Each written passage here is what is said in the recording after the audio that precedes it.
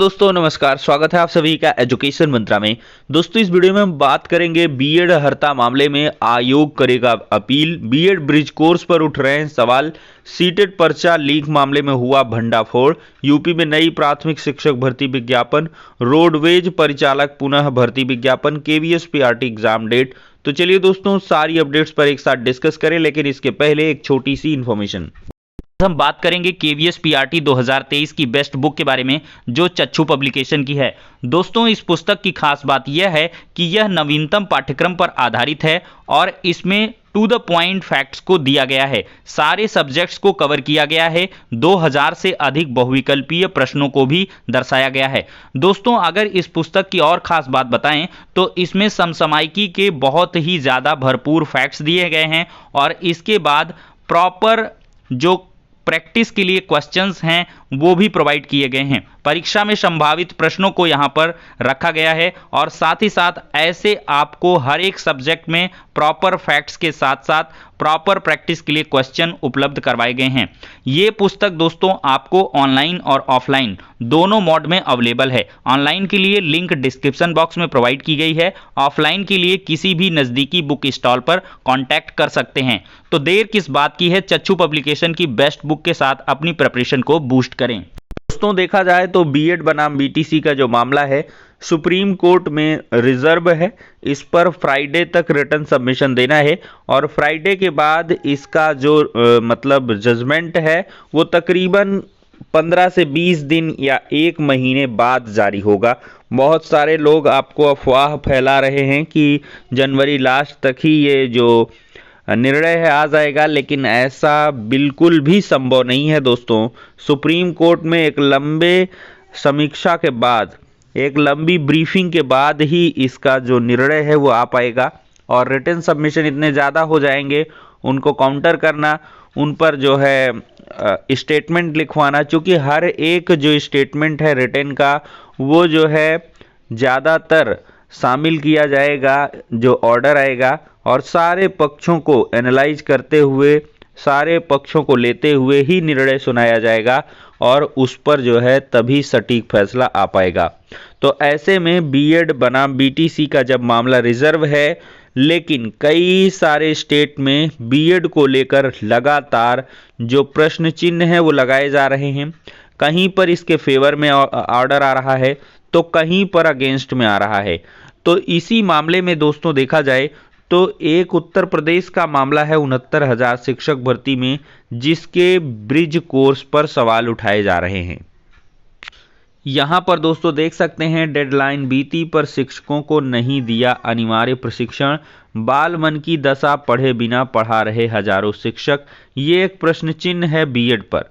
दोस्तों देखा जाए तो बाल मन की दशा जाने बगैर हजारों शिक्षक 1 से 5 तक के बच्चों को पढ़ा रहे हैं। परिषदीय प्राथमिक स्कूलों में 69,000 सहायक अध्यापक भर्ती के तहत चयनित हजारों बीएड डिग्री धारक शिक्षकों को डेडलाइन बीतने के बावजूद 6 महीने का ब्रिज कोर्स नहीं कराया गया।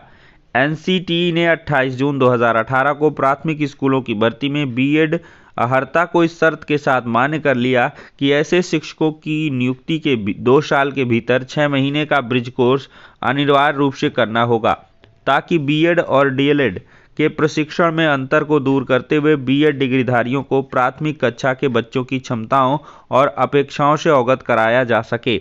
उसके बाद दिसंबर 2018 में शुरू हुई 69,000 शिक्षक भर्ती में बीएड को मान्य कर लिया गया और हजारों छात्रों का चयन भी हो गया। 69,000 शिक्षक भर्ती में पहले चरण में 31,277, दूसरे चरण में 36,590 क्रमशः अक्टूबर और दिसंबर 2020 में नियुक्ति पाए हैं। एनसीटी की गाइडलाइंस के अनुसार दिसंबर 2022 तक शिक्षकों का ब्रिज कोर्स पूरा हो जाना चाहिए, लेकिन आज तक नहीं हो पाया। देखा जाए तो 72,825 भर्ती के चयनितों को कराया गया था प्रशिक्षण।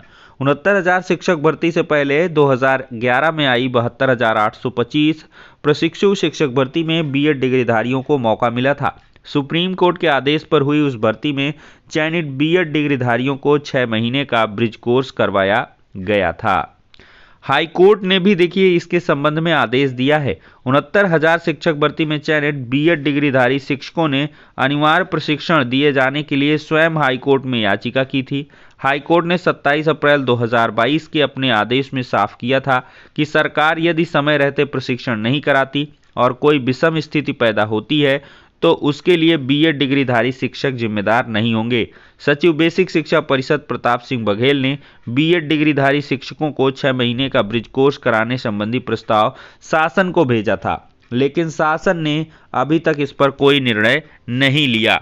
अप्रैल 2022 का मामला शासन को भेजा गया, महीने बीत गए, साल भी बीत गया, लेकिन बीएड के ब्रिज कोर्स को लेकर शासन ने अपनी मंशा को स्पष्ट नहीं किया। ना तो यस ना तो हाँ, ना तो इसके लिए बीच का रास्ता, कुछ भी नहीं। और ये सिर्फ और सिर्फ एक कह लें कि चल रहे हैं, अपना जो है नौकरी कर रहे हैं। तो एक बड़ा सवाल है, अब देखते हैं सरकार इस पर क्या कुछ अपना स्टैंड देती है। एक दूसरा मामला है दोस्तों, बीएड की अर्हता मामले में अपील करेगा आयोग। सहायता प्राप्त महाविद्यालयों में असिस्टेंट प्रोफेसर बीएड विषय के अर्हता विवाद पर उत्तर प्रदेश उच्चतर शिक्षा सेवा आयोग ने हाईकोर्ट के फैसले के खिलाफ अपील करने का निर्णय लिया है। आयोग की बैठक में विज्ञापन संख्या 51 में शामिल बीएड के पदों पर विश्वविद्यालय अनुदान आयोग के मानकों पर भर्ती को आगे बढ़ाने पर सहमति बनी है। 34 विषयों में असिस्टेंट प्रोफेसर के 1017 पदों पर भर्ती के लिए आयोग ने जुलाई 22 में विज्ञापन संख्या 51 जारी कर 29 अगस्त तक ऑनलाइन आवेदन लिए थे। इसके लिए 90,159 अभ्यर्थियों ने आवेदन किया था। इसी बीच अभ्यर्थी अंजू और 2 अन्य ने बीएड विषय की अनिवार्य अर्हता को लेकर हाईकोर्ट में याचिका दायर कर दी। उनकी मांग थी कि बीएड में असिस्टेंट प्रोफेसर भर्ती के लिए अनिवार्य अर्हता राष्ट्रीय अध्यापक शिक्षा परिषद के अनुसार हो।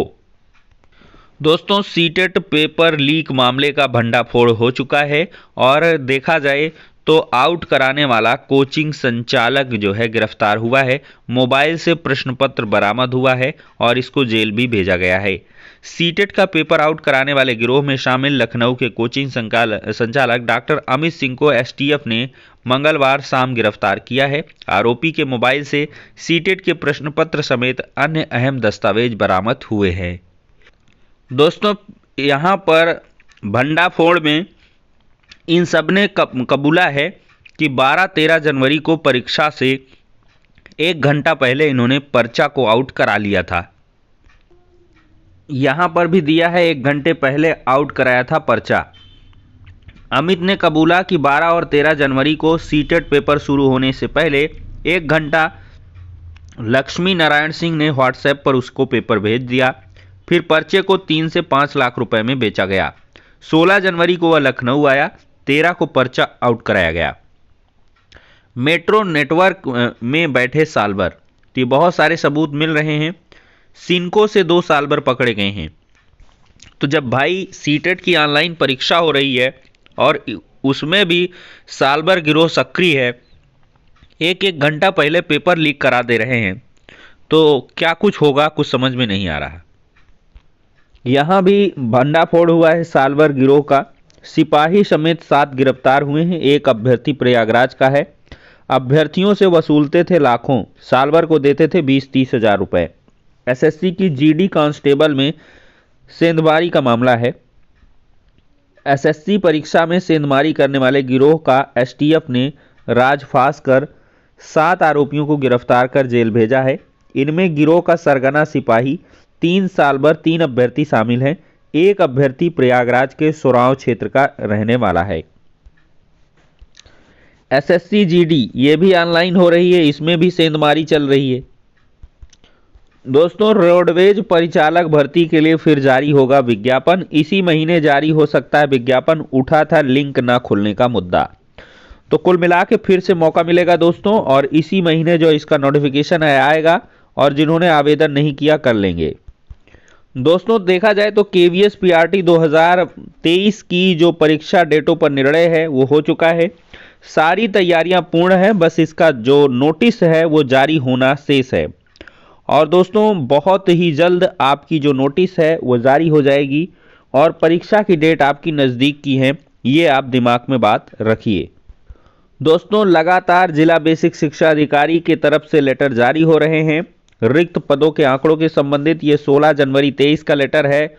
कुछ लोग कह रहे थे कि सर आप एक दो ही जिलों का लेटर दिखा रहे हो, तो मेरे भाई जब लेटर सार्वजनिक होंगे आएंगे तभी तो हम दिखा पाएंगे। कोई हम बहुत बड़े अधिकारी तो है नहीं कि सारे लेटर हमें हर जिले के देंगे लोग, या हम कोई सचिव थोड़ी ना है।